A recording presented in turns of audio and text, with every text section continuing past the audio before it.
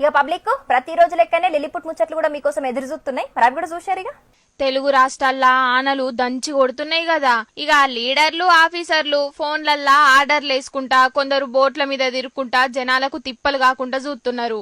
ఇగో కామారెడ్డి జిల్లాలో కూడా వరదలతోని లోతట్టు ప్రాంతాలు మునిగినాయి. ఇక జనాలకు సాయం చేయనీకి పోలీసోళ్లు మున్సిపాలిటీ సిబ్బందే కాదు, ఏకంగా మున్సిపల్ చైర్మన్ మేడం కూడా వరదలకు దిగింది పబ్లిక్ కు సాయం చేయనీకి.